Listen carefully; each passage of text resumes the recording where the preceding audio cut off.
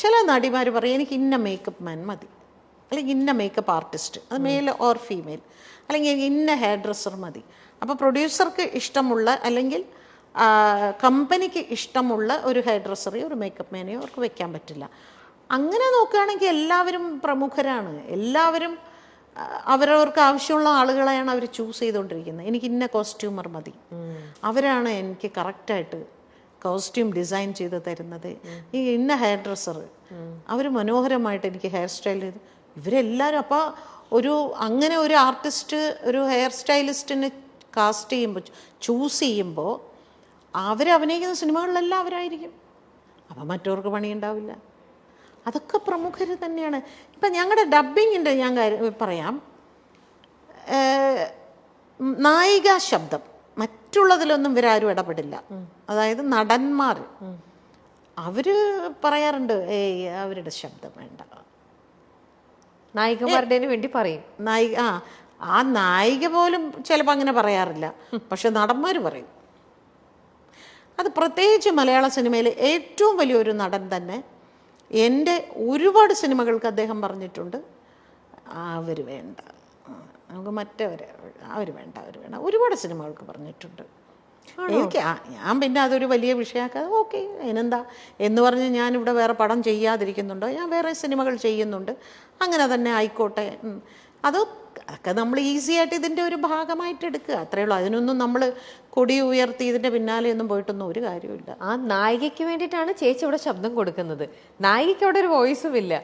ആ സിനിമയിലെ നായകനാണ് തീരുമാനിക്കുന്നത് ആരാർക്ക് എന്ത് ശബ്ദം കൊടുക്കണം എന്നുള്ളത്.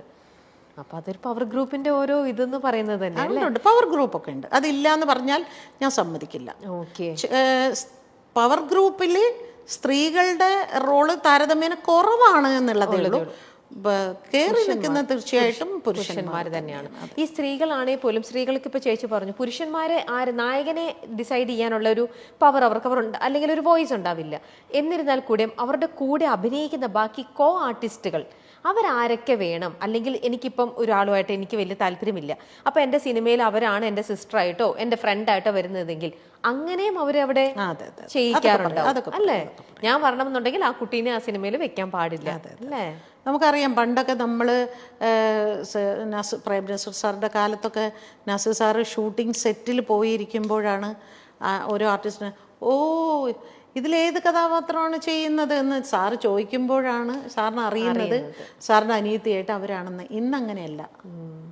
ഇന്ന് ഇവർ പറയും എൻ്റെ അനിയത്തി ആരാകണം, എൻ്റെ ചേച്ചി ആരാകണം, എൻ്റെ അമ്മ ആരാകണം, എൻ്റെ കാമുകി ആരാകണം, ഇതെല്ലാം അവർ പറയുന്ന അനുസരിച്ച് തന്നെയാണ് പോകുന്നത്. പക്ഷെ അതൊന്നും ഒരു നിയമം കൊണ്ടൊന്നും അതൊന്നും മാറ്റാനൊന്നും പറ്റില്ല. പക്ഷെ അത് മലയാളത്തിൽ മാത്രമല്ലല്ലോ ഇപ്പൊ ഉള്ളത്, ഇവിടെ കുറവാ അല്ലേ? പുറത്തേക്കൊക്കെ ഇവിടെ കുറവാണ്.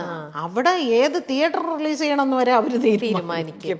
ഏത് പിന്നെ സെന്ററിലേക്ക് ഇത് പോകണം, എവിടെയൊക്കെ പോകണം, ഇത് എങ്ങനെ റിലീസ് ചെയ്യണം, എന്ന് റിലീസ് ചെയ്യണം എന്ന് വരെ അവർ പറയും. ഇവിടെ പക്ഷെ അത്രയായിട്ടില്ല. നമ്മുടെ പവർ ഗ്രൂപ്പ് ഇനിയും അവരുടെ ലെവലിൽ വളരേണ്ടിയിരിക്കുന്നു. ഓക്കെ, സിനിമാ മേഖലയിൽ നടക്കുന്ന പ്രശ്നങ്ങൾ പുറത്തു വരുന്നത് മറ്റു മേഖലകളിലും നവീകരണത്തിന് വഴിതെളിക്കുമോ? സിനിമയിൽ വരുന്നത് മറ്റു മേഖലകളിൽ നമ്മുടെ ഇപ്പം നടന്നുകൊണ്ടിരിക്കുന്ന സംഭവം സിനിമയിൽ മാത്രമുള്ളതല്ലല്ലോ. ഈ സംഭവങ്ങളൊക്കെ വേറെ ഏത് ഇൻഡസ്ട്രിയിലും വേറെ എല്ലാ മേഖലകളിലും ഉള്ളതാണ്. അല്ലെ, ഇതുപോലെ ഒരു കമ്മിറ്റി എല്ലാ മേഖലയിലും വരണം എന്ന് എനിക്കൊരാഗ്രഹമുണ്ട്. രാഷ്ട്രീയത്തിൽ ഒരു കമ്മിറ്റി കൊണ്ടുവരണം. എത്രമാത്രം ഇത്തരത്തിലുള്ള പ്രശ്നങ്ങൾ അവിടുത്തെ സ്ത്രീകൾ അനുഭവിക്കുന്നുണ്ട് പറയണം. അതുപോലെ ആശുപത്രികളിൽ, ജോലി സ്ഥലങ്ങളിൽ, പിന്നെ ഈ പറയുന്ന സർക്കാർ, ഇവിടെയൊക്കെ ഇതുപോലെ ഓരോ കമ്മിറ്റി വെക്കട്ടെ. അപ്പം അറിയാം. ഇപ്പോൾ സിനിമയാണല്ലോ ഏറ്റവും അധികം ചെളിവാരി എറിഞ്ഞുകൊണ്ടിരിക്കുന്നത്. ഇനി മീഡിയക്കുള്ളിലും വരണം.